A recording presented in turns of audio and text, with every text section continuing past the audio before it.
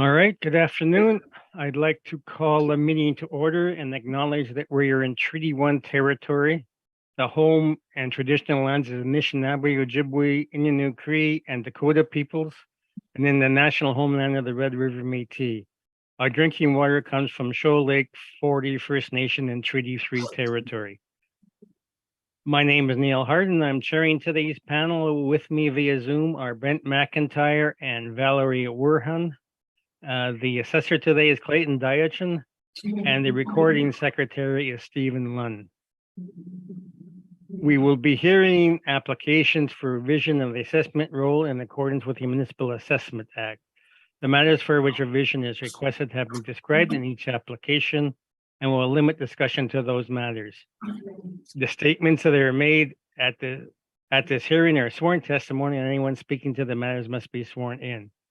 Be advised that comparisons of assessments of properties are not considered evidence of market value by the board. The board is appointed annually by council and is independent of it and the city administration. It makes its decisions on the basis of the evidence provided at this hearing and issues a written order that may be mailed to all parties as soon as possible. Please note that the board's decisions with respect to an application may be appealed to the Manitoba Municipal Board if the matter pertains to assessed value or classification, or to the Court of King's Bench if the matter pertains to the application of exemptions from taxation. Should you wish to appeal, information on how to do so will be included with the board's order. With respect to the hearing process, I will confirm the points of appeal with your property to be addressed with each applicant following the swearing in. We will then have the assessor's testimony followed by questions the applicant may have, then the applicant's testimony followed by questions. Each side will have an opportunity to summarize if they wish. Once all the evidence about an application has been brought forward, the applicant may leave. The process will repeat for each item on the docket today. The session will close after all the applications have been heard, and the board will deliberate in private and make its decisions. You'll receive the board's decision by registered mail as soon as possible. As information on public hearings are live stream recorded and will be part of the public record. We will be hearing items 1 through 8 on the docket today. Mr. Lund, please affirm the assessor's and applicant's testimony. Mr. Assessor, please state your full name. Clayton Diachin. You affirm that the evidence you're about to give at this hearing is the truth, the whole truth, and nothing but the truth? I do. Thank you. And Madam Applicant, please stand and please state your full name. Farrah Cates. You affirm that the evidence you're about to give at this hearing is the truth, the whole truth, and nothing but the truth? I do. Thank you. You may be seated. Thank you. All right. So the first item on the agenda today is 20 Innsbruck Way. So Mr. Diachin, you can proceed.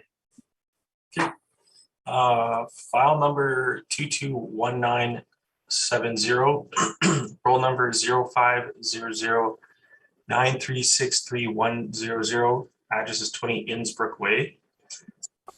Roll year 2023, assessed values at $22,380,000. It is one building, 4 stories high, built in 2013, with 115 suites and 177 outdoor parking stalls. On page 3, we have the income value summary. It shows 26 one-bedrooms, 78 two-bedrooms, and 11 three-bedrooms for a total of 115 units at an average monthly rent of $14,0434. Our gross effective income is at $1,856,593. Expenses at $815,787 comes to the NOI of $1,040,806. With a cap rate of 4.65%, our value is $22,383,000. Page 4 are the rent comparables for the property. Tried to find similar suite mixes around the same year built, within relatively close proximity, and you can see it falls in the range of the average monthly rent per unit. Continuing on to page 5 is the cap rate of this. I'll just quickly go through this once here. The following is a sample of actual sales that took place in the reference period. The purpose is to show these individual cap rates, is to illustrate the accuracy of the model and substantiate the model derived cap rates. And you can see we have our cap rates table, and it ranges from 3.60% to 5.74%. Page 6 is our cap rate table showing our 20th to 80th percentile, ranging from 4.8% to 6.0%. Continuing on to page 8 and 9 is the income and expense mailer. You can see that they're reporting a NOI of $1,221,210, and we're at $1,040,000, so we're much lower than what they are reporting for 2020. On to page 10 is a little description of the property. You can see our suites feature large open living spaces, modern appliances, grand bedrooms with ample storage, in-suite laundry. And then, yeah, a little bit more information. Granite countertops are included, in-suite storage. Page 11 are some pictures of the property. Page 11 to 15, I should say, are pictures of the property. You can see the interiors are pretty nice, or nice, I would say. And that is my evidence. All right, questions? Yes, thank you. So if we turn to your cap rate table on page 6, in terms of the cap rate range that's suggested, can you provide information on the sales that were used to achieve these rates, such as how many sales were included, what areas, ratio of high rise to low rise, et cetera? I don't have that information. Okay, and the broker cap rate reports, or sorry, the broker cap rates are used as further support for the assessment department cap rates. Is that correct? I'm not too sure, to be honest. Okay, and would you agree they suggest nothing lower than 5% for low rise, with CBRE suggesting even a higher baseline level than that? That's what it says on the table here, yeah. Okay, so if we turn to your income value summary on page 3, this property has been assigned a cap rate of 4.65, which would be below what the brokers suggest. Is that correct? Yep. And it would also be below the city's 20th percentile. Is that correct? Yeah. So in terms of this property, would you agree this property is wood frame construction? I believe so, yes. And would you agree that wood frame is not as high quality of a material as masonry or concrete? I mean, lots of properties are built with wood frame. I guess it's not as good, but yeah. And would you agree this property has no underground or indoor parking, only surface parking? Yeah, it has surface parking. And looking at the unit photos you provided on page 13, would you agree the overall finishes are not luxurious compared to what we see today with stainless steel appliances, et cetera? It's at a granite countertop, so I guess it has some higher end finishes and some not as much. Okay. And then just wrapping up here, your cap rate evidence on page 5, it says the purpose is to illustrate the accuracy of the model, but only 2 of the 6 actually fall within the 20th to 80th percentile. Is that correct? Only 2?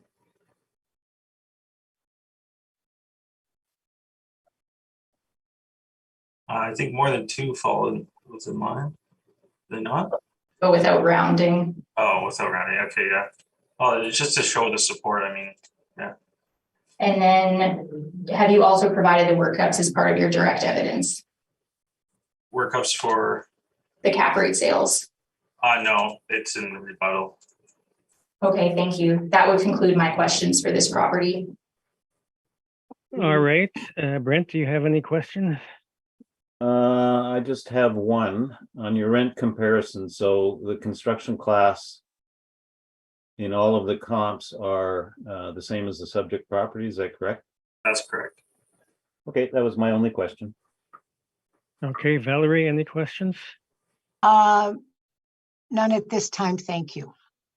Okay, so you can begin your presentation then. Thank you.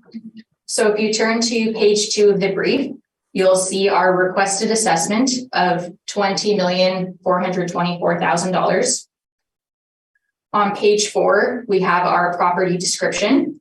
So the subject property is located on Innsbruck Way at its intersection with Templeton Avenue in the Amber Trails area of Winnipeg. The property is a 4-story apartment built in 2013 with a land size of approximately 3.1 acres. The property has 155 units, which includes 57 1-bedrooms, 88 2-bedrooms, and 10 3-bedrooms. And we note 190 outdoor parking stalls. And below that, you could see an aerial photograph of the subject property.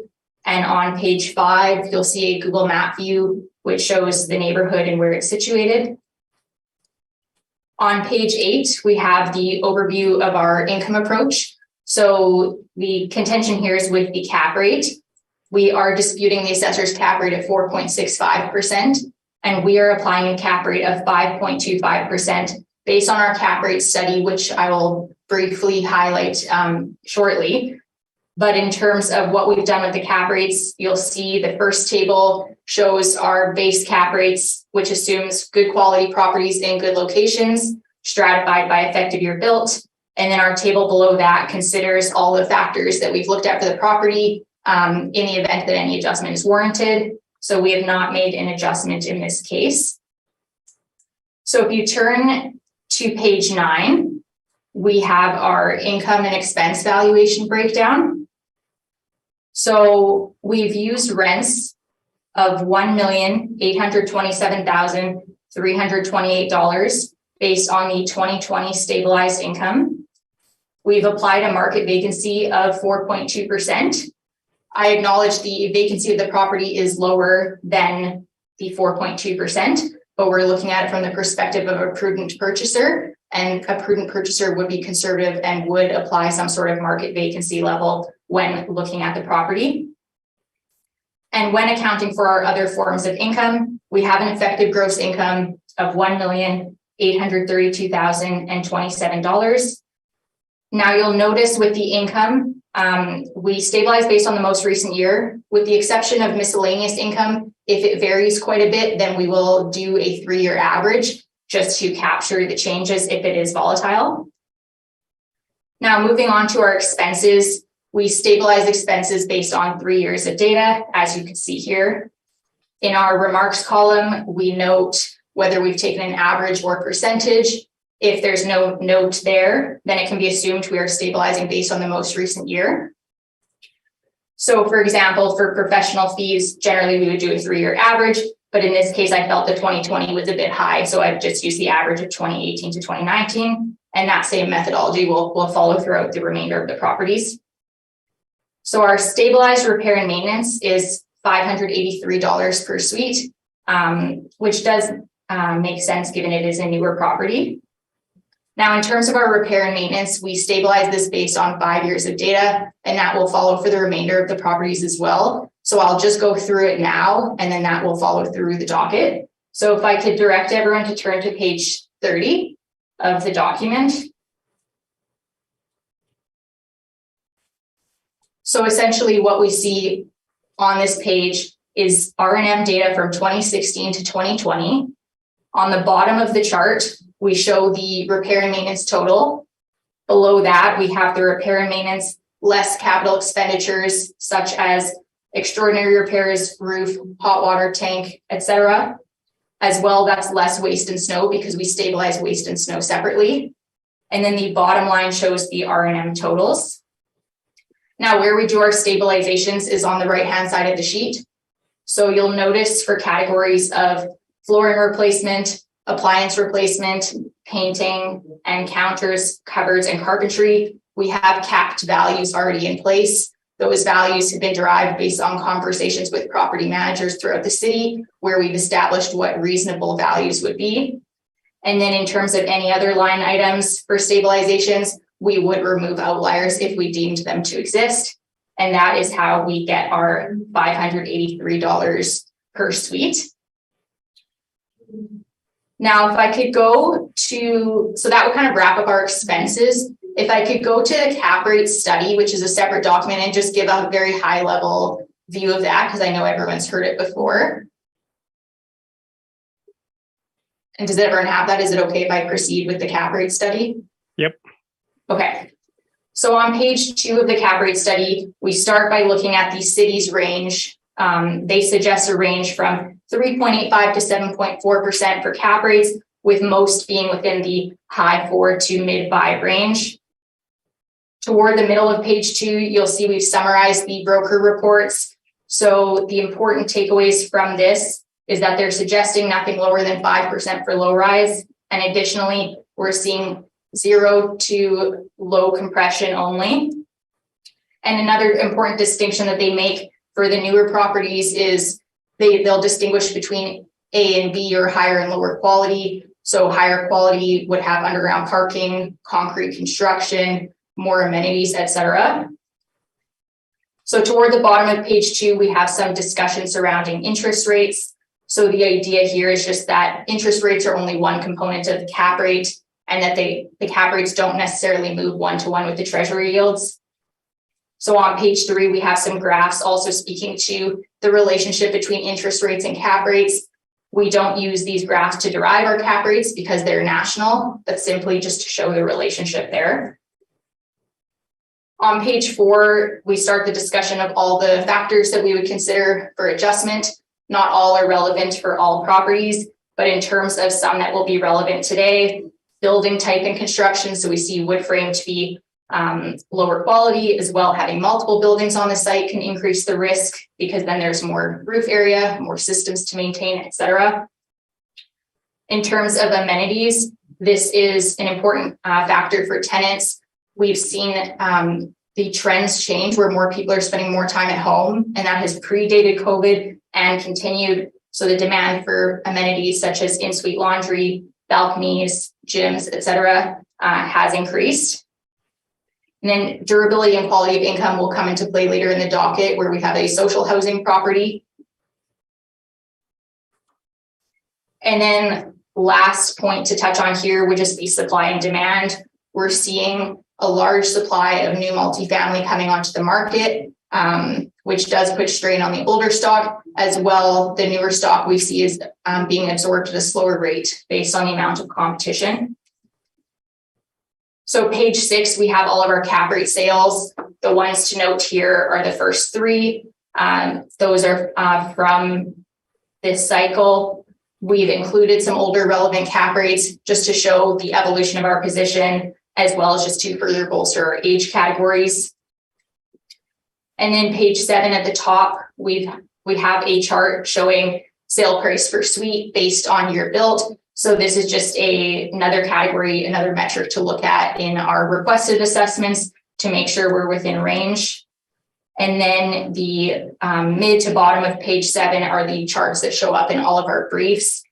Now, the rest of the report is just appendix, so I'll just touch on what those are. Page 8, Appendix A, is a sampling of city cap rates, simply to show that similar aged properties and similar characteristics have different cap rates. So there's clearly some point of adjustment, but we're just not sure what that would be.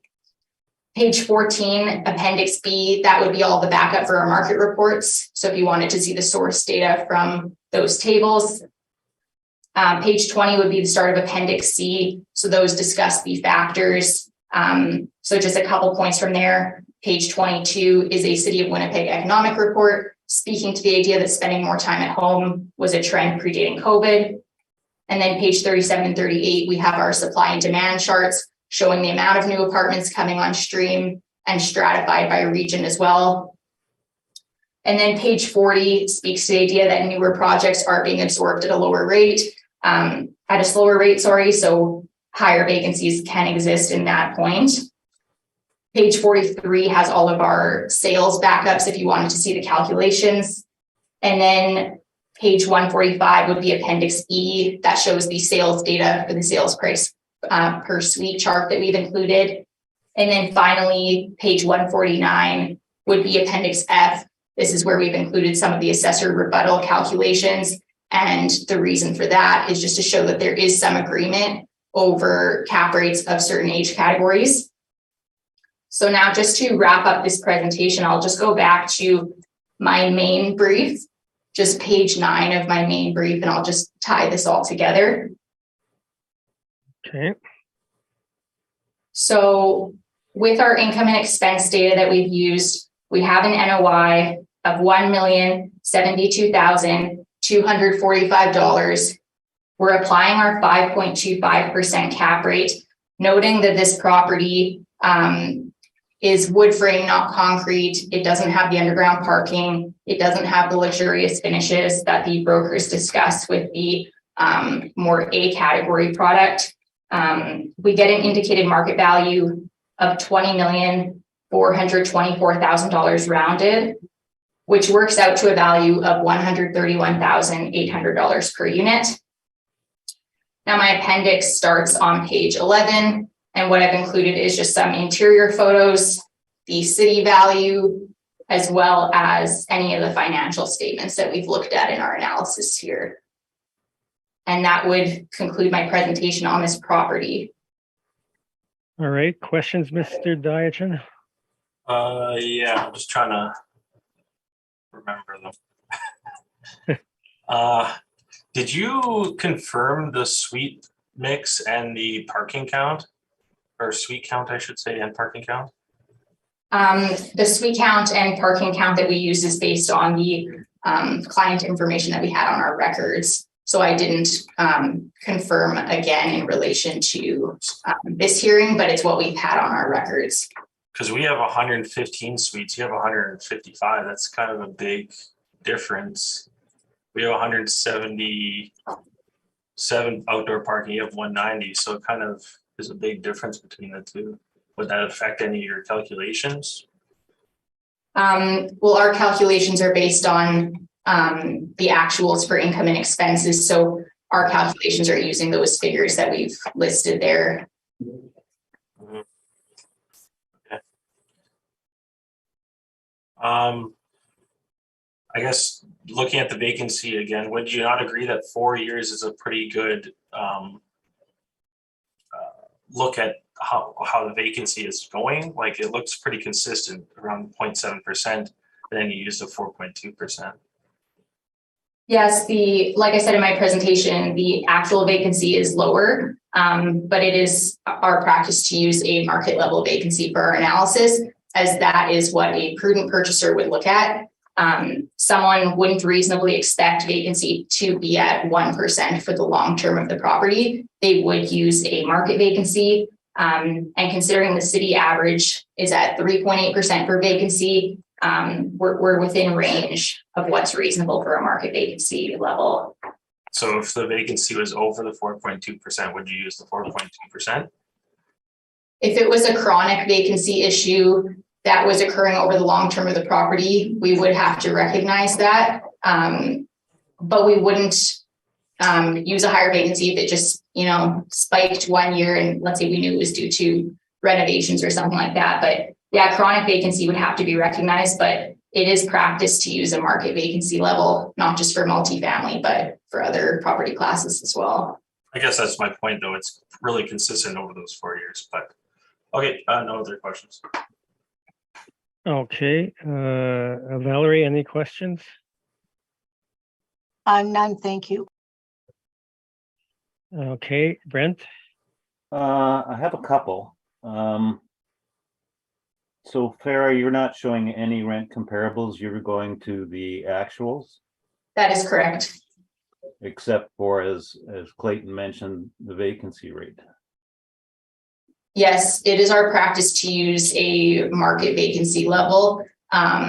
Just certain parameters in our analysis, we will defer to the market. So for example, like with the management fee as well, we do that at 5%. So yes, that would be correct. We're using a market vacancy and then we are using the actuals for income and expense.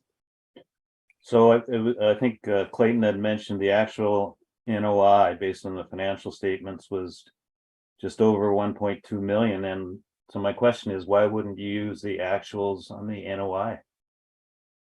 Well, we're using the actuals in terms of the income and stabilized expenses. It's just the vacancy rate that we're using, a market vacancy rate. Okay, that was my questions. Thank you. All right. In terms of so first question is then you really can't explain why the difference in the number of suites is 115 versus 155. No, I'm not sure of that. I always use what's in our records and which is coming from the client or the owner. Okay. Now, in terms of the vacancy rate, I believe there are court decisions on equity considerations that indicate that an owner is entitled to the average vacancies and not just their recorded vacancies in many cases. I guess I have no more questions on this. Mr. Dyachin, do you wish a summation? Yeah, I guess I'll just quickly say that if you look at their actual statement for 2020, they're around 1.22 million. We might be slightly low on the cap rate, but we're quite low on NOI. That's all. Okay. Ms. Kate? I don't have a requirement for summation, but I do have some rebuttal on the assessor's cap rates. Oh, okay. Certainly, yes. I've forgotten about that. Good thing you reminded me. All right. You have rebuttal then. You can present your rebuttal as soon as I find it. Okay.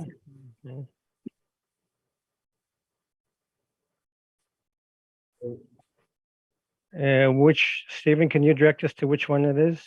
You might just need to refresh it. It just loaded finally now. There's a little slow loading for me. It will be third from the bottom. Rebuttal. Okay. I got it. Yes, I have it too. Am I good to proceed? Yes. Okay. So if you turn to page 2, we have an overview of our rebuttal for 2390 McPhillips. So what we found is that the property was purchased with below market rents. So what we've done is we've gone in and used CMHC rents and vacancy and recalculated the cap rate. So if you turn to page 3, we have our workup done in there. So we show the CMHC values that we've used from October 2020. And then we have a 5.59% cap rate coming from that. And the assessor is at 4.79. On page 4, we have our overview for 700 St. Mary's and 32 Arden. So with 700 St. Mary's, we found that the property was bought with the intention to renovate, and this is supported by a letter from the property manager, which we've included. The property was purchased by a first-time buyer and was in rough shape at the time. And for 32 Arden, there was a couple of things here. So one, the property was renovated, indicating there was intention when purchasing. And then the other issue was just inconsistencies in income reporting, specifically in regards to laundry income being missing for 2018. So while we previously had this cap rate in our study, we have excluded it based on this new information. So on page 5, that would start the kind of appendix to this rebuttal. So starting on page 5, this would be relating to 2390 McPhillips. We've included the CMHC data. As well, we have an ad which shows that the rents did go up after. So we're not using the rents from the ad, but it simply just illustrates the idea that the purchaser knew there was topside potential when purchasing and saw a rare opportunity to increase rents on a new build.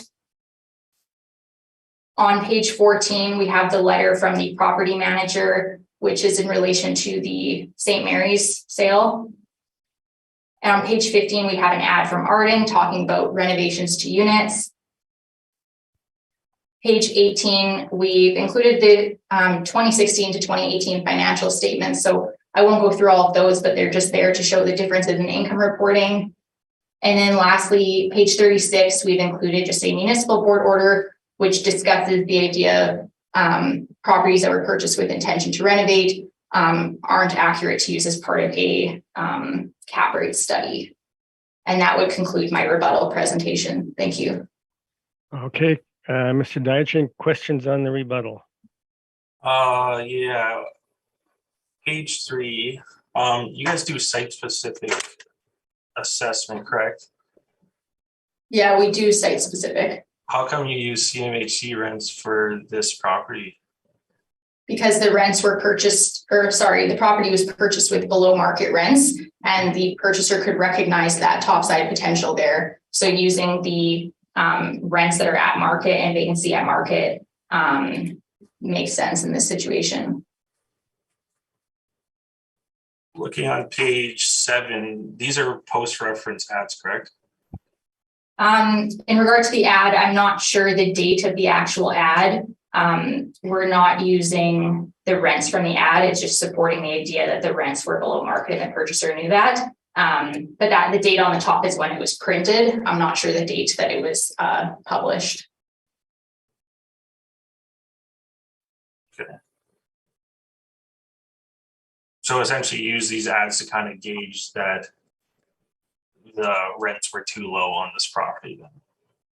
No, the CMHC data shows the rents below market. I guess I should say you use it to support that the CMHC rents, I guess. What I would say is the CMHC rents don't need support. The CMHC rents are the market rents. What the ad supports is that the purchaser knew at the time that the rents were below market. Page 14 is I guess an email about 700 St. Mary's. Would you consider painting and redoing carpets renovations? I would consider them to be putting work into the units. I wouldn't consider it to be, I guess, probably what you're referring to as significant renovations. But if no work has been done on the property for quite some time, doing small things like that can help. And the overall idea, if the income flows are going to change substantially, and this cap rate was calculated at 3.6, so it kind of points to something else going on with that sale. Right, but this is all the information you have though about it, correct? This is the information we have that supports the idea that it was purchased with the intent to renovate. But this is the only information we have about renovations on the property, correct? This is the information we have, yes. No further questions. All right, Brent, any questions on the rebuttal?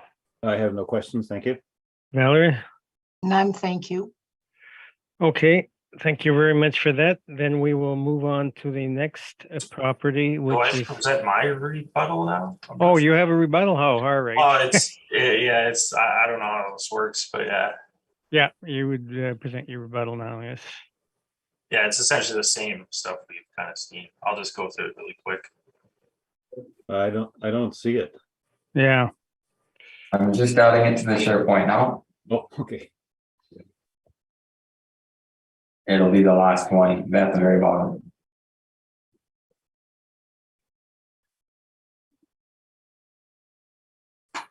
here we go. Okay,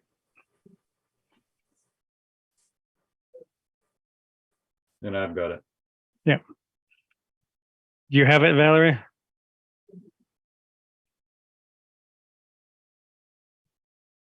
She's muted. Yes, sorry, I do. All right, then you can proceed, Mr. Dyachin. Okay, I'll just skip to page 3 because I think the main one in contention is 2390 McPhillips. And the main difference here is that we use the actual rents for the property rather than CMHC rents, because this is actually what they were getting, regardless of what they might have been getting in whatever now. Yeah, our cap rate comes to 4.79% with the actuals being used. And that is all. Okay, any questions on the rebuttal? Just a couple. So are you aware that the rents at McPhillips are below market? Yeah, according to your Okay. model. And would you agree that that would be a rare opportunity to have a brand new apartment where there was so much room still on the rents to be increased. Potentially. Okay, thank you. That would conclude my questions. Okay, Brent, any questions? I have no questions. Thank you. Valerie? And thank you. All right, now we will move to 20 Pipeline. Sorry, just give me 1 second. Right in the corner of Pipeline and Jefferson. Let me open the files.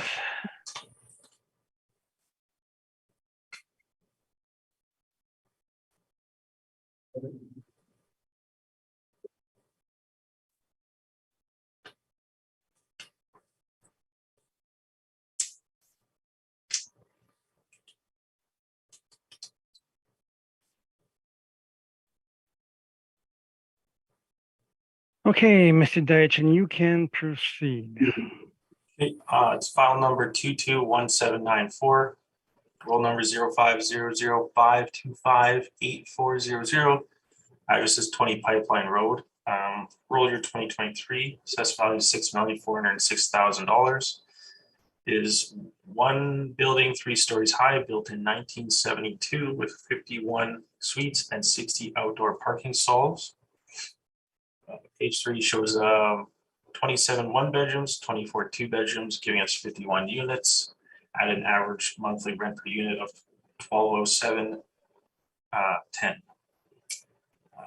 Gross effective income is $707,718, with the expenses at $374,595.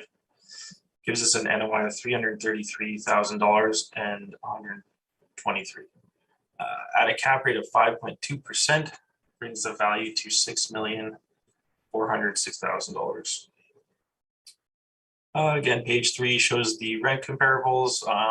Tried to find similar suite mixes, roughly in the same area. You can see it falls near the low end of the average monthly rent per unit. Page 5 is our cap rate evidence supporting your model cap rates.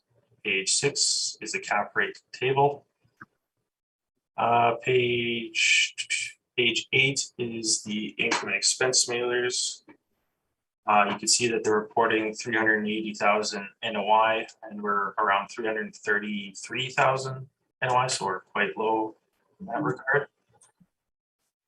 Continuing on to page 9 is just some features about the building and some amenities. Yeah, you can see all the different stuff there. Extra large 1 and 2-bedroom suites with balconies. Page 10 is some pictures. Page 11 and 12 is also some interior pictures. You can see some of the stuff that they've done to the property, and that is my evidence. Okay, questions? Just a couple. Would you agree that this property is 50 years old? Yep. And would you agree it's fairly standard in terms of what we would expect for a property of this age? What do you mean by that? Like fairly, like just an average apartment, kind of middle of the road? Yeah, it's pretty average. It looks nice. Okay, and can I just ask that my prior questions on cap rate carry through? Yes, yeah, we don't need to repeat the question. And that would then conclude my questions for this property. Thank you. Okay. Brent, any questions of the assessor? Just on the pictures, these certainly aren't 1972 kitchens or bathrooms, are they? No, I wouldn't say so. Is there any history of renovation on this building? There's no permits that I could find on this, so nothing I could find in the notes either regarding it. So, okay, that was my only series of questions. Thank you. All right, Valerie, any questions? No, mine was just answered. Thank you. All right, the photographs, where did you get them from? these are from their website. Usually I posted in the link at the bottom. I didn't, but yeah, it's just from the the website. Okay, so they're likely to use their best suite, not their worst suite when. All right, no questions, so you can begin in your presentation. Thank you. So if you turn to page 2 of the brief, we have our requested assessment of $5,973,000. And I have a couple of exterior photographs just from some different angles. On page 5, we have our property description. So the subject property is located on Pipeline Road at its intersection with Jefferson Avenue in the Maples area of Winnipeg. So the property is a 3-story apartment built in 1972, and the site size is approximately 1.1 acres. The property has 51 units, which includes 27 1-bedrooms and 24 2-bedrooms, and there are 51 outdoor parking stalls noted. And below that, you'll see an aerial view of the parcel. As well, on page 6, we have a Google map view of the neighborhood. On page 9, we have the overview of our income approach. So the primary contention is the cap rate. We are disputing the cap rate of 5.2% of the assessor, and we're using a cap rate of 5.5% based on our cap rate study. So again, our base cap rate based on age is 5.5, and we've not made any adjustments to that. If you turn to page 10, we have our income and expense breakdown. So we are using rents of $706,819. We apply a market vacancy of 4.2%, similar to the previous property. And when accounting for the other forms of income, we have an effective gross income of $692,211. Our expenses include stabilized repair and maintenance of $1,893 per unit, which gives us total expenses of $363,707. Our net operating income is $328,504. And with our 5.5% cap rate, we get an indicated market value of $5,973,000 rounded, which works out to a value of $117,100 per unit. So our appendix starts on page 12, and we've also included some interior photos, as well as the city value and the financial statements that we've looked at. And for reference, our repair and maintenance breakdown would be on page 23. And that would conclude my presentation for this property. Thank you. Okay, questions, Mr. Dyachin? I'm just trying to understand. I'm looking at the 2020 mailer. It's reporting 48,000-ish R&M. Then you put in 104,000 R&M for 2020. How does that come? So with certain owners, they'll just submit a general repair and maintenance as part of their mailer, and then we get ledgers which have a more detailed breakdown. So it's possible they were only referring to their what we are calling remaining R&M in the mailer. And so we have the ledger, which the assessment department can always ask us for if they would like to view it. Is that in your brief today? We don't include the general ledgers in our brief. Okay. Well, I guess we just kind of go off what we have. Okay. No other questions. All right, Valerie, any questions? None, thank you. Okay, Brent, any questions? Just one clarification. So you're asking for 1.1% less than the assessed value? 1.1%.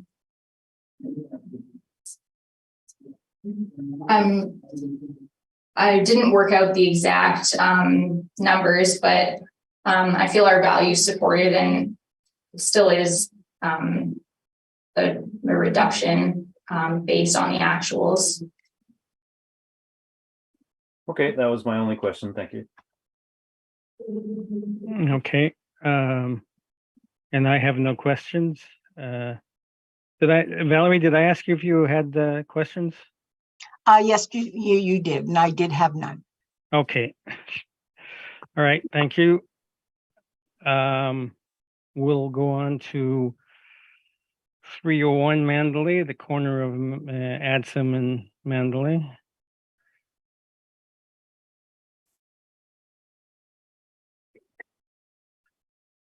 Let me open the files again.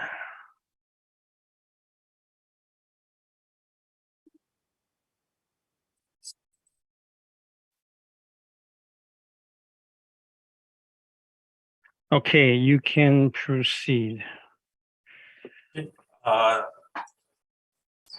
File number 222764, roll number 050055309000. Address is 301 Mandalay Drive. Roll year 2023, assessed values at $12,591,000.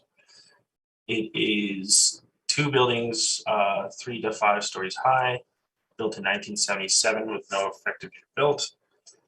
There's 106 suites and 118 outdoor parking stalls.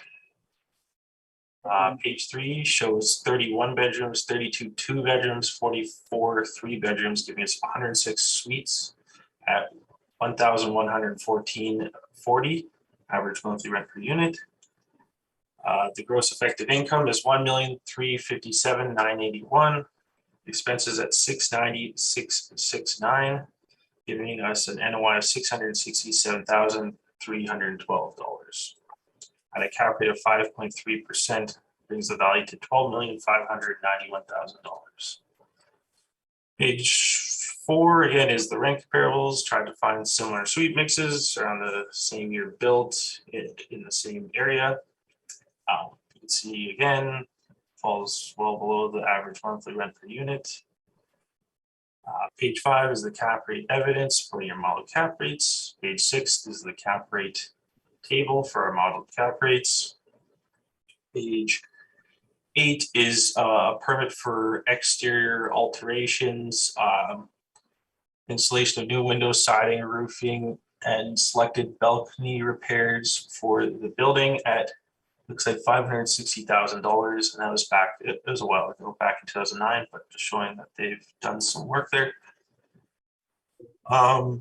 Continuing on to page 9 is description of the building. Mandalay Village is a newly renovated 2-building apartment, a 3-story walk-up equipped with a new fresh air intake system for improved quality of air.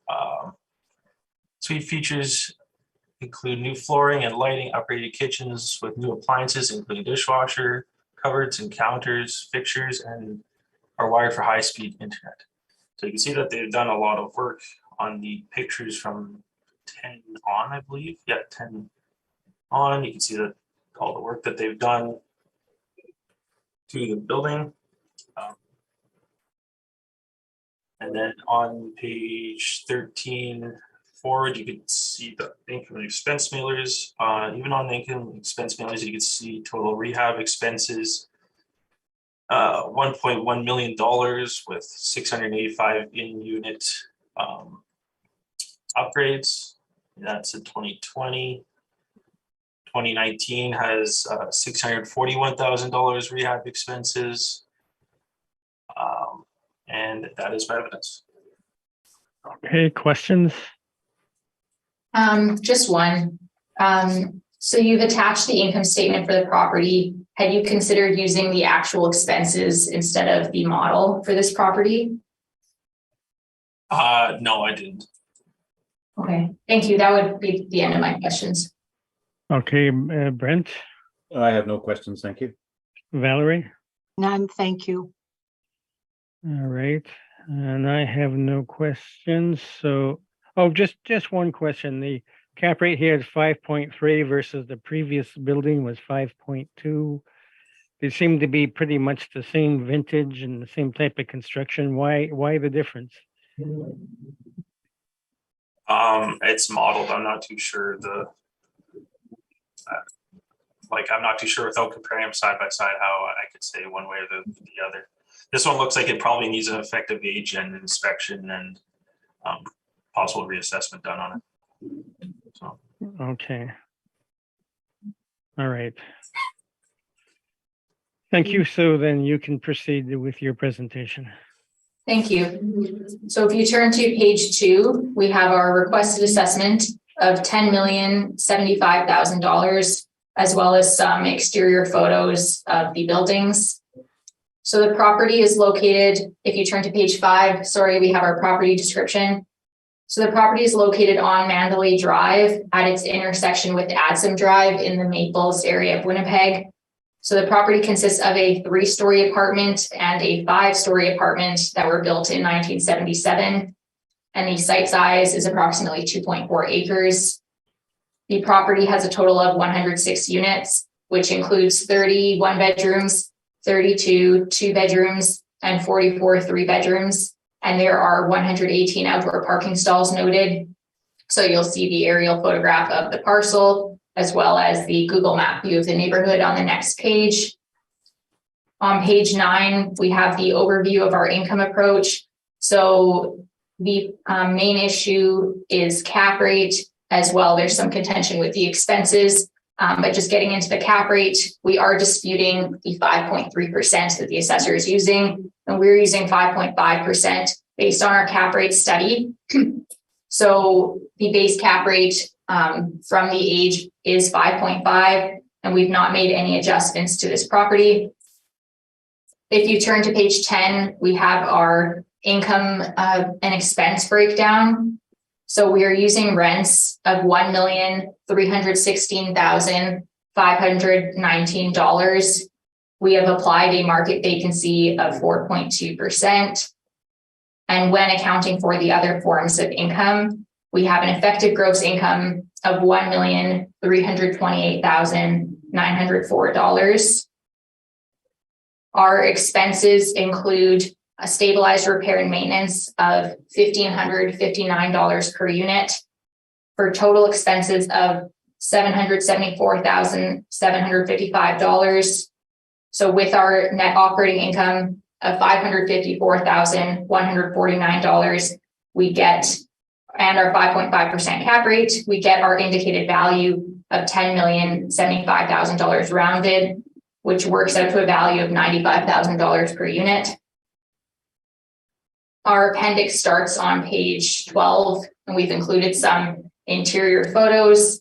Now these photos are staged, but if you kind of take away the furniture and such, you'll see the general level of finishes. And as well, in our appendix, starting on page 15, we have the city value and the financial statements. And then for your reference, we have our repair and maintenance breakdown on page 28. And that would conclude my presentation for this property. Okay. Questions, Mr. Dyjan? With the million or so upgrades in 2020 and like 700 grand in upgrades in 2019, wouldn't you agree that this one probably needs an effective age on the property? Well, the city is the one that does the effective ages, and none was done in preparation for this hearing. So we are going with the effective age as it stands. No, but we still got to assess it on the current physical condition of the property, correct? Based on the current physical condition, but it would be speculative to just suggest that the effective age is going to be updated until it's actually done, which it is not currently. No further questions. All right, the bench questions. I have no questions, thank you. Valerie, questions? None, thanks. Okay. So what the difference then is basically, just looking at it. Oops, sorry. Spreadsheet is going to be higher maintenance by roughly $90,000, 85,000, and lower rents. Well,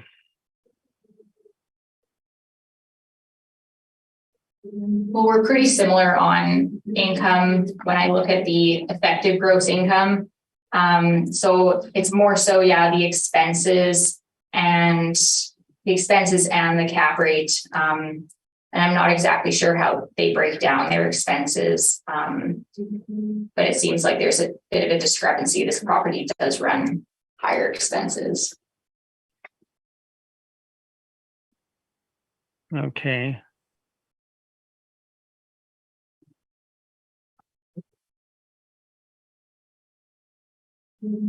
All right, no further questions then. Thank you very much for that.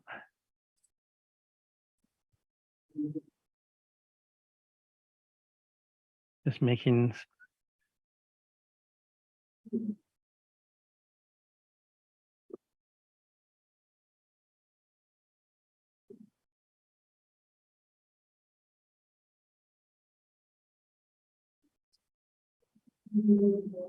We will then move on to 350 Leela.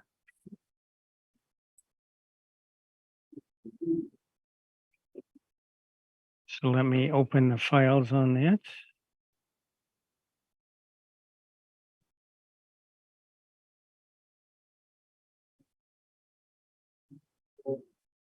All right, Mr. Dyachin, on 350 Leela. File number 222761. Roll number 110301910000. The address is 350 Leela Avenue. Roll year 2023. Assessed value is at $2,166,000. It is one building, 2 stories high, built in 1970, with 24 suites and 22 outdoor parking stalls. Page 3 shows 15 one-bedrooms, 9 two-bedrooms for 24 total units at an average monthly rent of $845.56. The gross effective income is $233,293. Expenses at $123,902, bringing the NOI to $109,391 with a cap rate of 5.05%.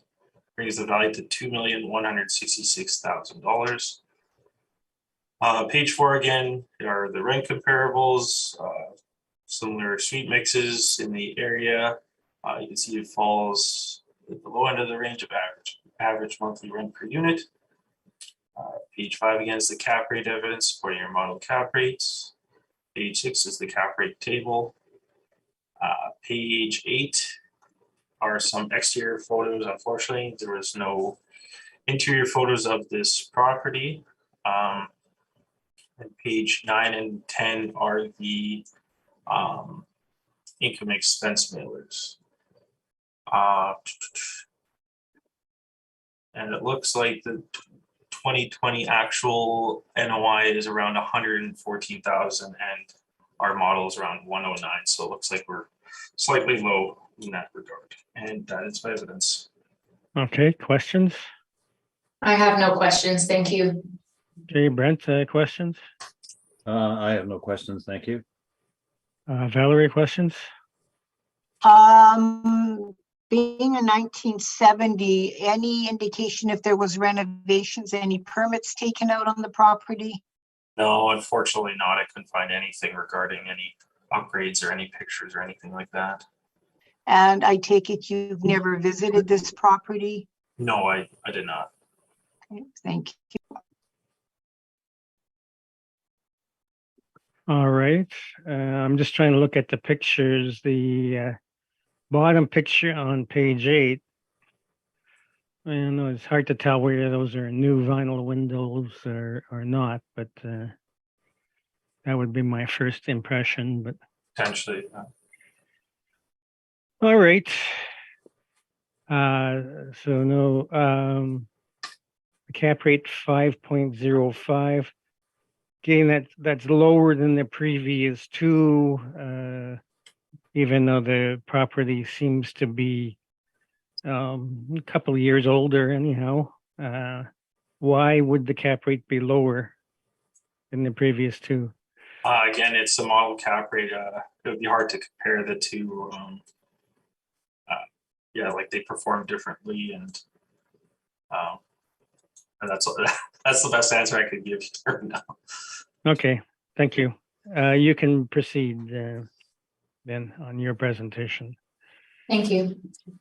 So if you turn to page 2, you'll see our requested assessment of $1,870,000. Our property description is on page 4. So the property is located on Leela Avenue at its intersection with Salter Street in the Jefferson area of Winnipeg. The property is a 2.5-story apartment built in 1970 with a land area of 18,512 square feet. The property has 24 units, which includes 15 one-bedrooms and 9 two-bedrooms, and there are 22 outdoor parking stalls noted. You'll see the aerial photograph as well as our Google map view on the next page. And if you turn to page 8, we have the overview of our cap rate. So we are disputing the assessor's cap rate of 5.05%, and we're using a cap rate of 5.5% based on our cap rate study. So the base cap rate for this property is 5.5, and we've not made any adjustments. If you turn to page 9, we have our income and expense breakdown. So we are using rents of $252,005. We have applied a market vacancy, and when accounting for the other forms of income, we have an effective gross income of $246,643. Our expenses include stabilized repair and maintenance of $1,424 per suite, for total expenses of $143,777. So our NOI is $102,865, and with a 5.5% cap rate gives us an indicated value of $1,870,000 rounded, which works out to approximately $78,000 per unit. So our appendix starts on page 11, and we've included the city valuation and the financial statements that we've looked at. And our detailed repair and maintenance breakdown is found on page 23. And that would conclude my presentation for this property. All right, questions, Mr. Dychen? I guess my same comments and questions about the vacancy carry over to this one and probably all the others. All right. Brent, any questions? I have no questions, thank you. Valerie? None, thank you. All right. And I have no questions either. Although fair disclosure, many years ago, I think I add one more many, that my sister and her husband, were caretakers for this place. So I have been in it in the late 70s, but not since then. So I have no questions. So thank you very much for that.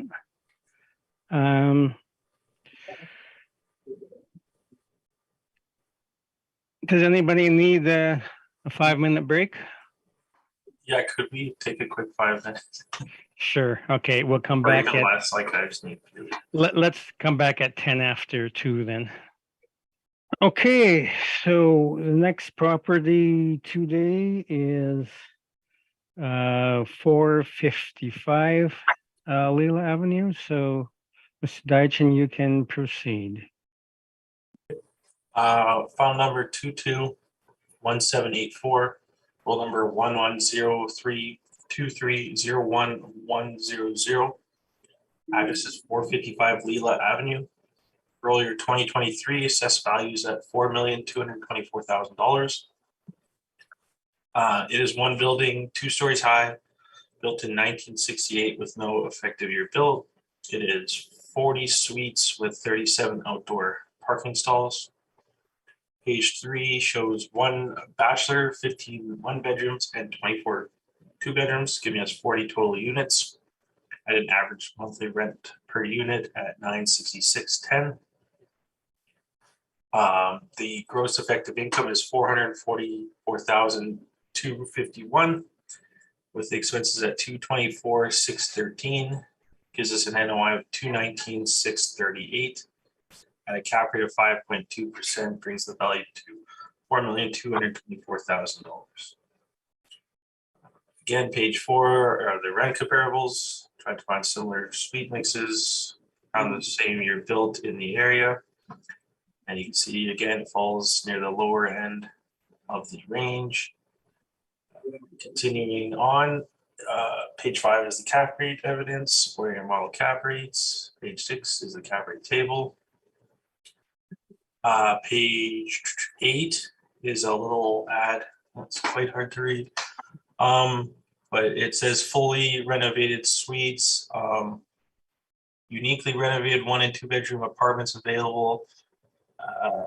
Modern suites, real oak kitchen cabinets with soft close hinges and drawers, quartz countertops, stainless steel sink and modern faucet, stainless steel appliances, and so on. So you can see it's renovated quite extensively. On the next page is actually shows more information, which is quite easier to read actually.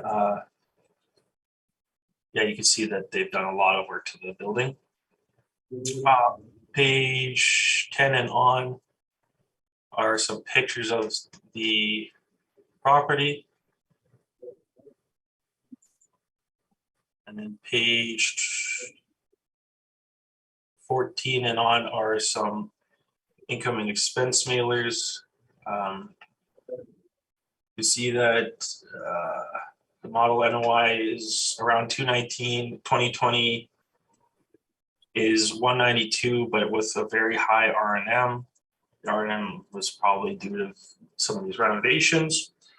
The NOIs or R&M is around 2,800. If you used around 1,500, which is what we use as like a above average rate for the R&M, it would bring NOI to around $243,000. So it would be kind of low on that regard.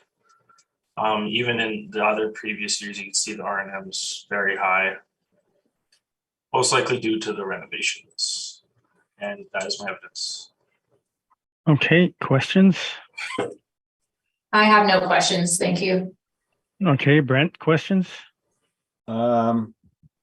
That ad that appears on page 8 says we have a limited number of uniquely renovated 1 and 2 bedroom apartments available. Has anybody inspected this property? I don't think so. I could double check, but I'm pretty sure I looked and there wasn't anything. So Because Yeah, that would suggest to me that it's not all fully renovated. right. And that's further indicated by the pictures on page 11. Yeah. And 12. Yeah, I'm just going by what it says on here. I'm not sure. Maybe they didn't put their best unit on for the pictures. I'm not too sure why, or they didn't update the pictures. So these pictures are from their website? Yeah, they're right from their website. Yeah, it doesn't look like anything was inspected, and there's no permits and there's no effective age, so it doesn't look like anything's been reviewed on this property. Okay, that was my only question. Thank you. Valerie, any questions? No, the assessor just answered mine about the permits. Thank you. All right, I have no questions, so you can begin, Ms. Kites. Thank you. So if you turn to page 2, we have our requested assessment of $4,105,000, as well as an exterior photo of the property. So if you turn to page 4, we have our property description. So the subject property is located on Leela Avenue at its intersection with McGregor in the Margaret Park area of Winnipeg. So the property consists of a 2.5-story apartment built in 1968, and the land area is noted as 38,913 square feet.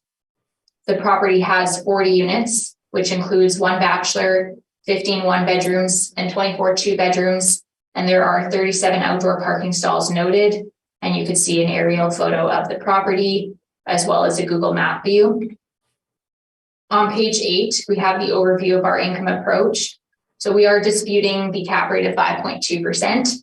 and we're applying a cap rate of 5.75%. So our base cap rate for this property is 5.5, and we have made a small adjustment for supply and demand factors. This is an older building on a competitive block of apartments. And additionally, it doesn't necessarily have the amenities that some of the other nearby apartments have of balconies and outdoor space.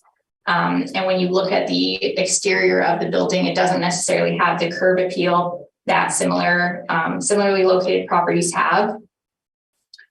So if you turn to page 9, we have our income and expense breakdown. So we're using market rents of $501,092. We have applied a vacancy rate of 5.1% based on the 3-year average. And when accounting for the other forms of income, we have an effective gross income of $492,699. Our expenses include stabilized repair and maintenance at $2,294 per unit, which works out to expenses of $256,650.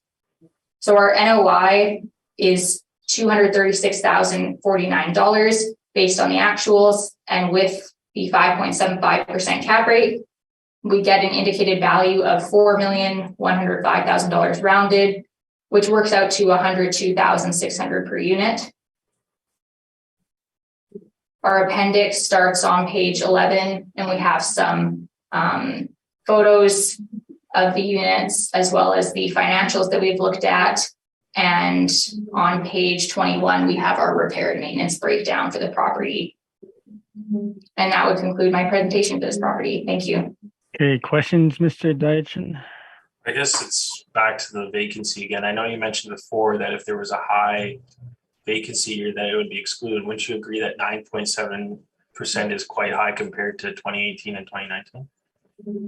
I don't believe I said it would be excluded, but because we could easily use the most recent year of vacancy, but we use a 3-year average. And if you look at 2017, there's also some vacancy history there. So the 9% isn't completely out of the realm there. I don't think we're too far off on vacancy either. So I mean, we could have used a market 4.2% as well, but we've gone with the 3-year average in this case. But I don't think we're too far off there. Just looking at the R&Ms in those 2 years that have the high vacancy, would you not agree that that's probably directly related to renovations that are done because people can't live in the suites while they're being renovated? There could be renovations going on. I'm not entirely sure if renovations are the only cause, though, of vacancy there. Yeah, I guess I could say, do you not think that $2,300 a suite is quite high for R&M? 20. Sorry, go ahead. Oh no, that was all. $2,300 a suite for repair and maintenance would be on the higher end. But if you also look at our R&M study, which I've submitted as part of my evidence separate document, you could compare other repair and maintenance of other properties as well, like a property from the 60s where they still want to achieve those rents. They do need to put money into the unit. So I don't think it's completely out of the realm compared to what we've seen for other properties, and it's stabilized based on 5 years of data as well. Okay, no further questions. Okay, Brent, any questions? I have no questions, thank you. Valerie? None, thank you. All right, I have no questions, so thank you very much for those presentations. We will move to 18 Inkster Garden.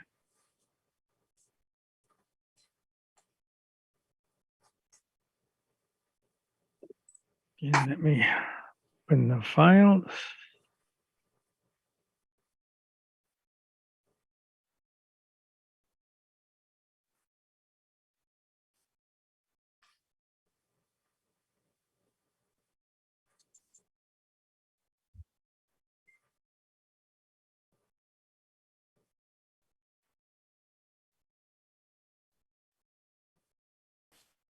Okay, Mr. Diachin, you can begin. It's file number 221109. Roll number 14098080000. The address is 18 Inkster Garden Drive. Roll year 2023. Assessed value is at $4,499,000. It is comprised of 2 buildings, 3 stories high, built in 1986 with no effective year built. It has 40 suites and 60 outdoor parking stalls. There are 24 2-bedrooms and 16 3-bedrooms, giving us 40 suites at an average monthly rent of $1,070.12. The gross effective income is $492,084. Expenses at $273,894.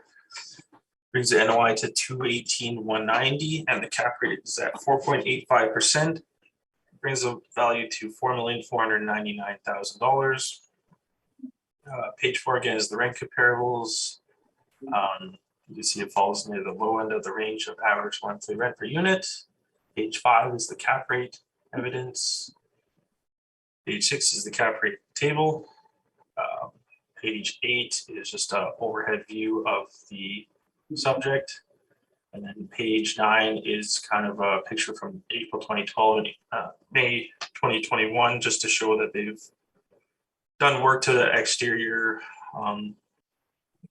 And page 10 is a permit from, it's like December 2010, and it's interior alterations. Work to include new drywall to walls and ceiling painting, cabinets, countertop, flooring, electrical work, and plumbing work. And the value is only about $11,000. And that is my evidence. Okay, questions? A few, thank you. So would you agree that this property is social housing? Yeah, it's owned by Manitoba Housing.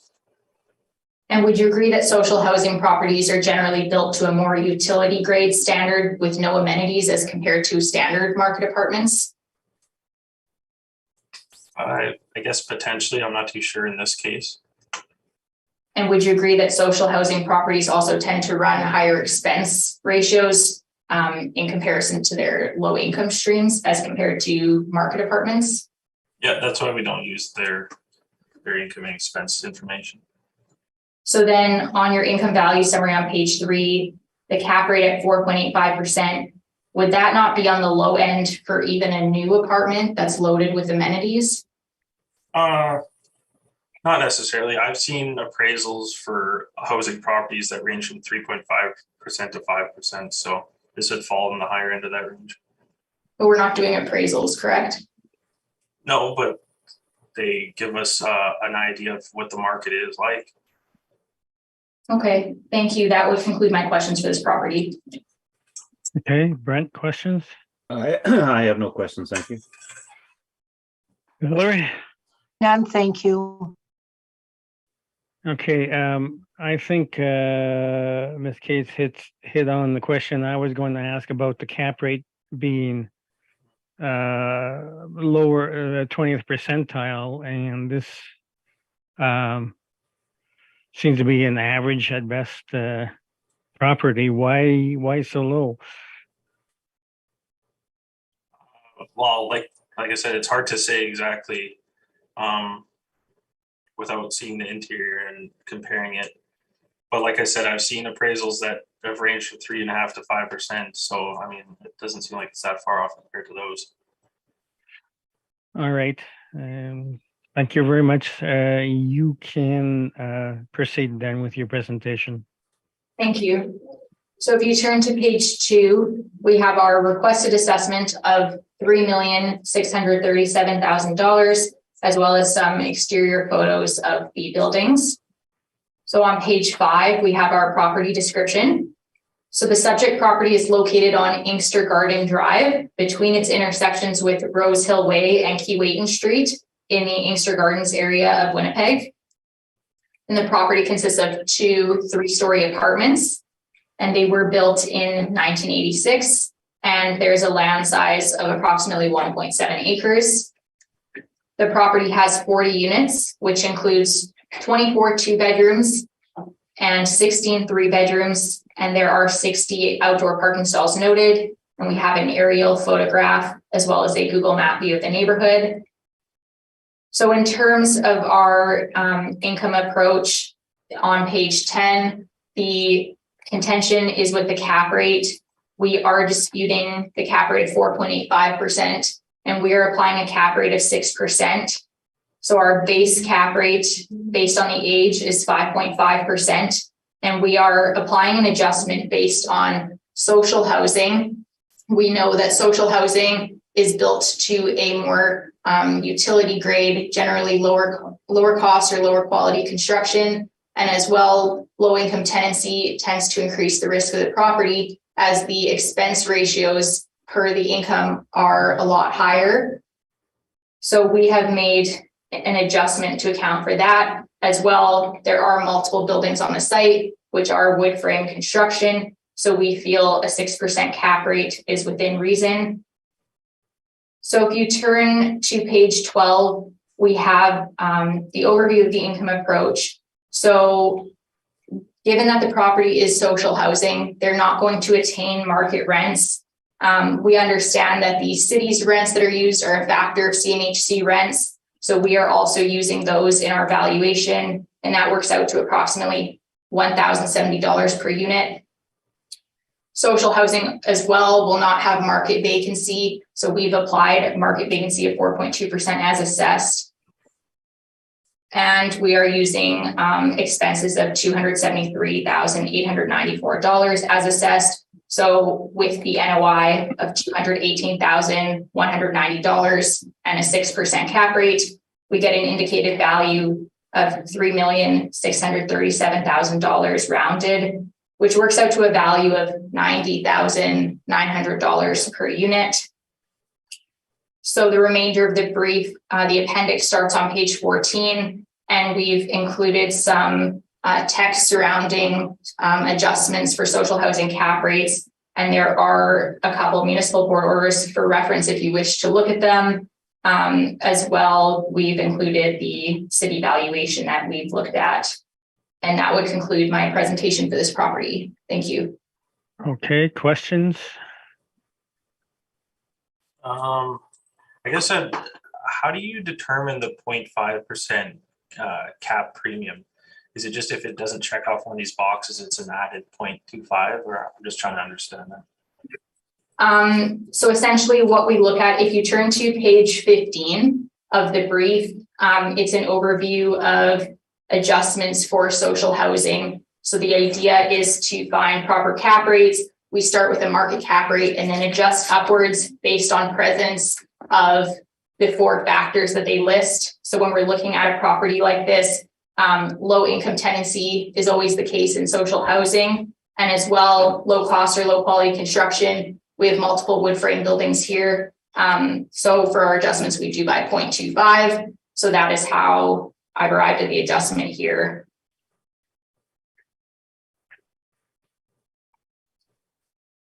Okay, but it says it has to tensorize with the presence of each of the following 4 characteristics.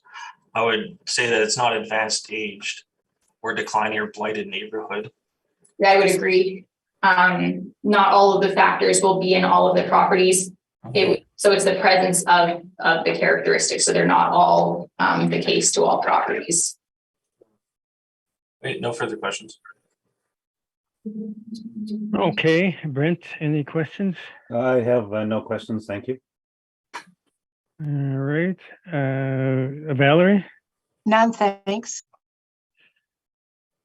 Okay, I'm just looking at the municipal board decisions here, and I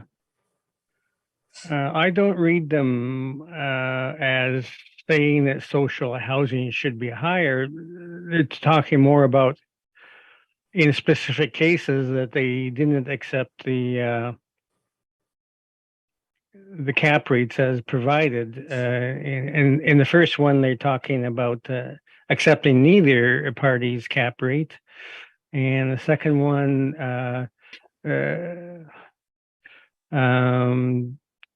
they basically said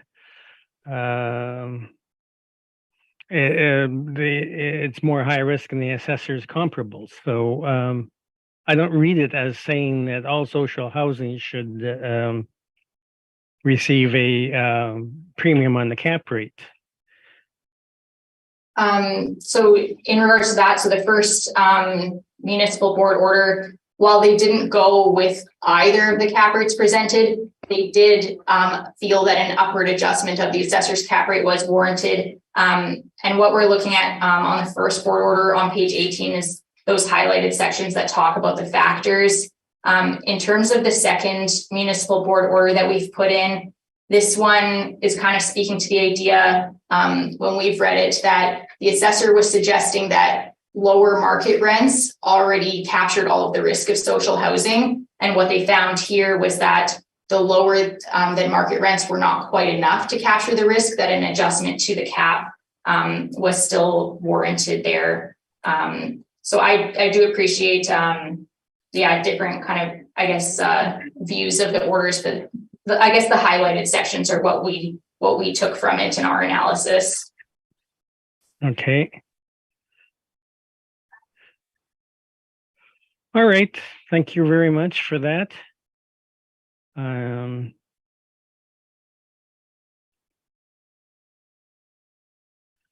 Then we shall move next to item 7, 1178 Jefferson.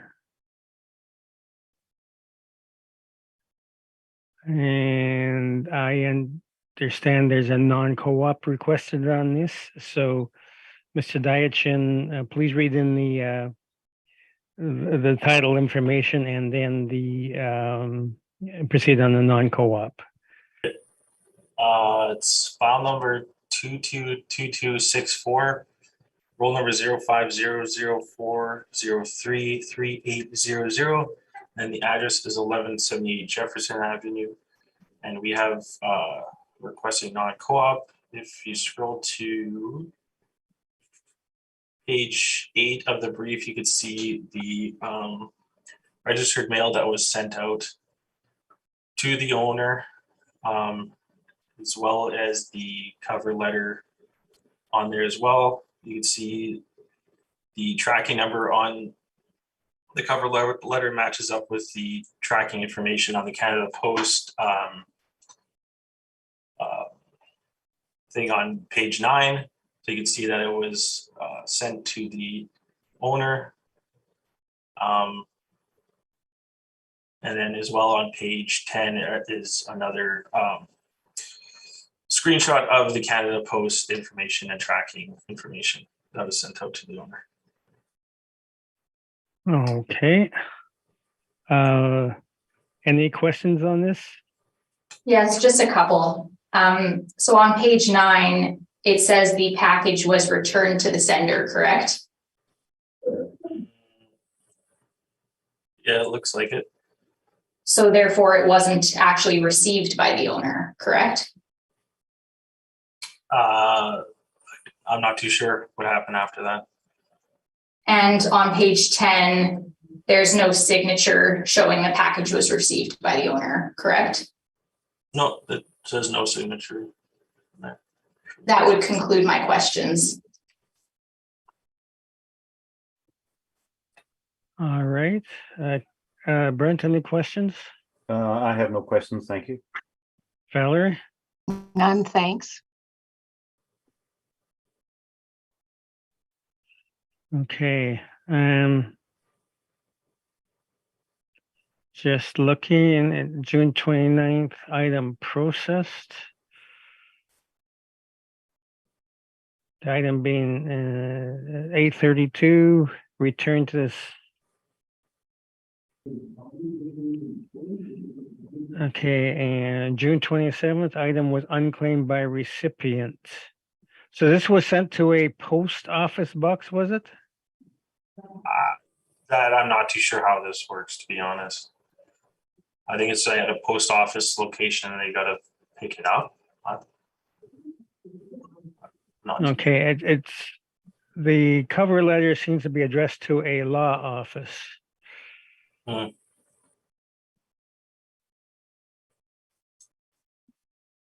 All right. Is this the correct address for service is the question I have.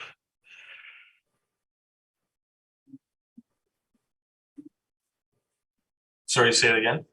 Is this the correct address for service? I noticed in past years that it had been replied to. Is this the same address as sent out in past years? I would have to double check that. Okay, and if you're checking on that, is it the same? I guess the same address as sent out in past years that was responded to, and was there no change of address received by the city?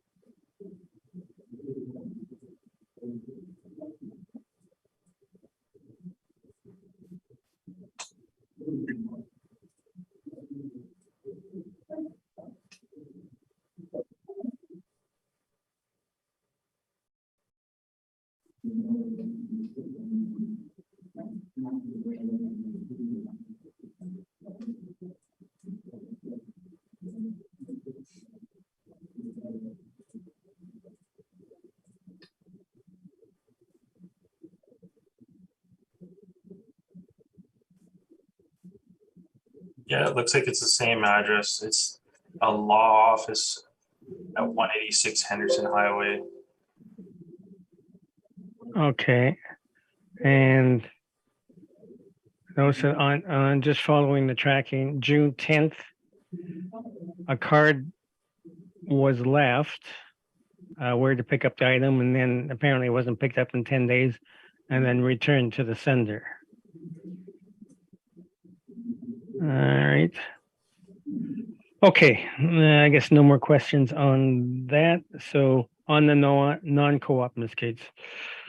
Yeah, I submitted some rebuttal to the assessor's penalty request. I don't know if you have it. Let me see. Is it in the shared folder? So it's just being uploaded now. Okay. I have this.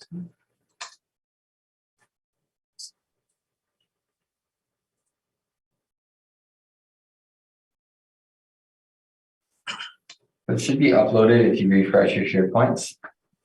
And Mr. Assessor did just send it to you in an email. Oh, okay, thank you. Okay, rebuttal to assessor's penalty request. Yes.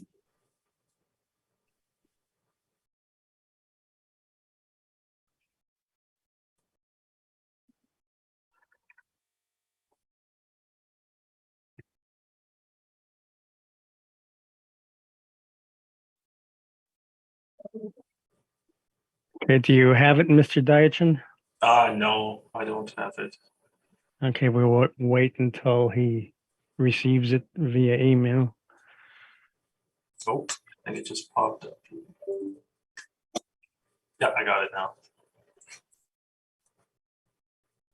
All right, so then you can proceed, Ms. Cates. Thank you. So what I've attached in the rebuttal, if you turn to page 3, is a municipal board order that covers a similar situation. So if you turn to page 6, they get into some of the facts.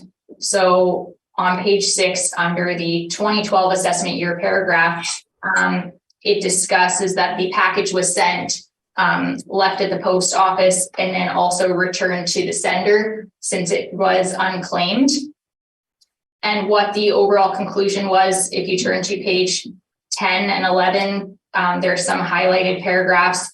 So essentially it speaks to the idea that the onus is on the assessor to establish that the request was made and found its way to the owner, and how that is established is unimportant.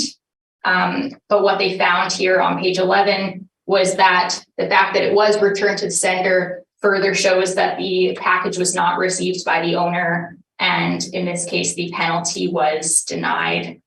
So fairly similar to what we have here.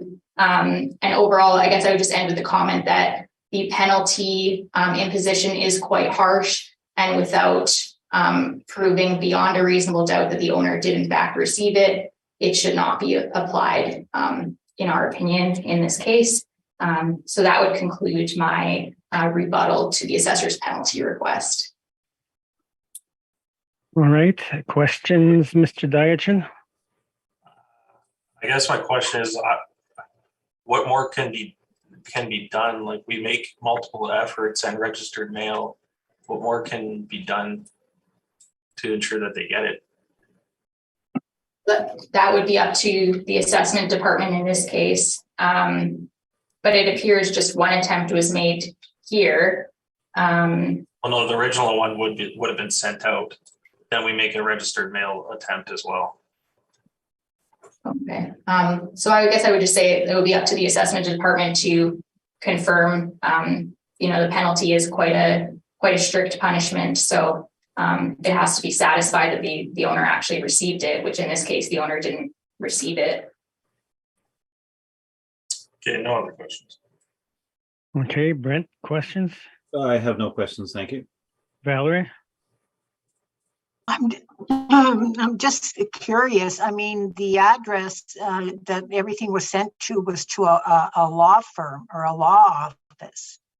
I really don't know how to present it as a question, but I just find it a little strange that if it's referred to a law office, that the owner could not be notified.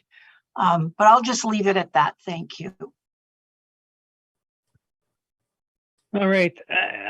I guess the question I have would be, would an owner be able to, I guess, avoid the requirement to provide financial information simply by not signing for a registered letter? And if so, then what other method can the city use? What I would say as a comment to that is, like, it appears what's happened here is that the package was not received by the law office, so possibly like a hang tag or something was left signifying we had to go to the post office. But in terms of the comment of not disclosing the financials, we have presented fully in our brief the financials and attached those. So if it was really a question of the owner trying to avoid submitting the financials, then we wouldn't be here with our evidence today. But wouldn't that give the owner an advantage over the city in terms of the owner has the financials, but the city doesn't? I guess all we could go by is what's in front of us. And as far as we could see, the owner did not receive the package. There could have been some malfunction earlier on in the process where they weren't notified that the package was there or whatnot. So I can't really answer anything further than that.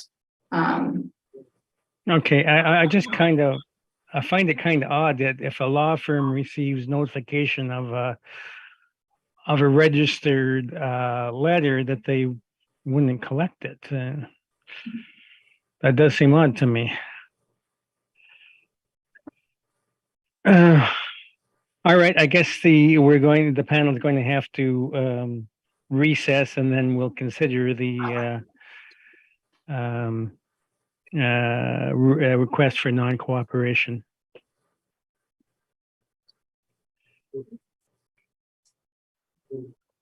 All right, the board spent a bit of time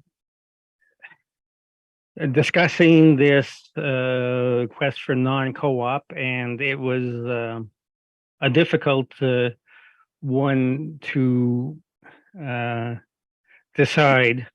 But we are in the circumstances we are prepared to grant the non-co-op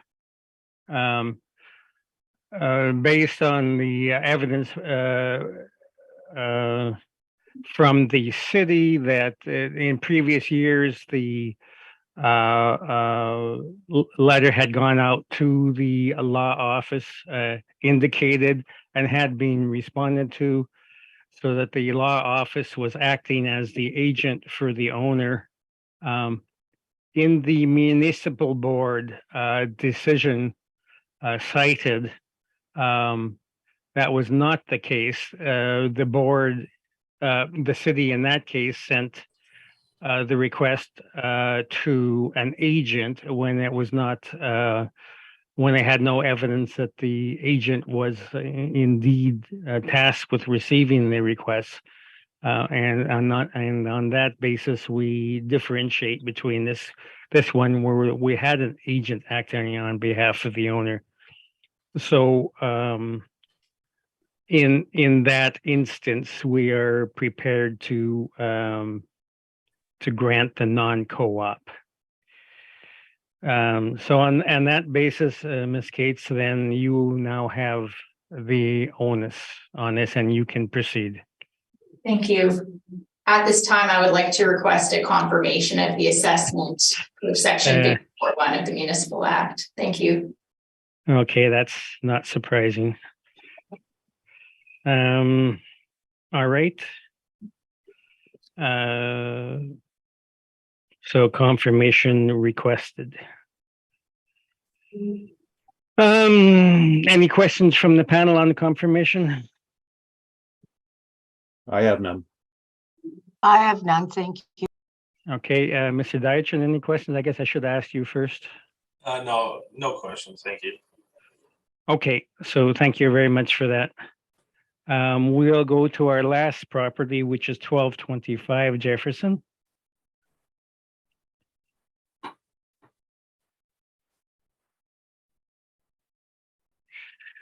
And I see there is a recommendation on this, but let me pull up the files first. Recommendation, but still a difference between the parties. So, Mr. Dyachin on 1225 Jefferson. Okay. File number 221782. Roll number 0500-520-2300. The address is 1225 Jefferson Avenue. And I have actually amended because there was actually an error on this recommendation. Oh, okay. Yeah, so the amended recommendation is using the actual income rather than the wrong income was used essentially on this, or the rent. So okay, using 489,138 with the expenses of 263,447 brings the NOI to 225,691 with a cap rate of 5.1%, brings the value to $4,425,000 for the recommendation. okay. So how do you feel about that number, Ms. Cates? I appreciate the offer, but I think we're still a little too far away, so I would like to proceed. All right. Okay, so then proceed, Mr. Dyachin. So it is one building, 3 stories, built in 1973 with 36 suites and 43 outdoor parking stalls. On the income value summary, you can see it's 18 1 bedrooms, 18 2 bedrooms, giving us 36 suites. I guess I'll just continue on to the rent comparables. Excuse me. Once again, we have similar suites or similar buildings in the area. Page 8 is just the workup of the rec that I made. I'll just continue on to page 9. Just some descriptions of the building and the amenities that are offered in the building. Page 10 and forward are just some pictures of the exterior and interior of the property. And then page 13 forward are the income and expense mailers provided. And as mentioned. Okay. Questions then? No questions, thank you. All right. Questions, Brent? I have no questions, thank you. Okay, Valerie, questions? None, thanks. All right, so then, Ms. Gates, you can proceed. Thank you. So if you turn to page 2 of the brief, you'll see our requested assessment of $3,867,000. On page 4, we have our property description. So the subject is located on Jefferson Avenue at its intersection with Shepherd Street in the Maples. The property is a 3-story apartment built in 1973, and the land area is about 40,826 square feet. There are 36 units, which includes 18 one-bedrooms and 18 two-bedrooms, and there are 39 outdoor parking stalls. We have an aerial view of the property, as well as our Google Map view. If you turn to page 8, we have an overview of our cap rate. So we are disputing the assessor's cap rate of 5.1, and we are using a cap rate of 5.5 based on our cap rate study. This is our base cap rate based on age. We've not adjusted it. If you turn to page 9, we have our income and expense breakdown. So we are using rents of $501,232. We have applied a market vacancy rate of 4.2%. And when accounting for the other forms of income, we have an effective gross income of $489,920. Our expenses include stabilized repair and maintenance at $2,048 per unit, for a total expenses of $277,208. Our NOI is $212,712, and with our 5.5% cap rate, gives us an indicated value of $3,867,000 rounded, which works out to $107,400 per unit.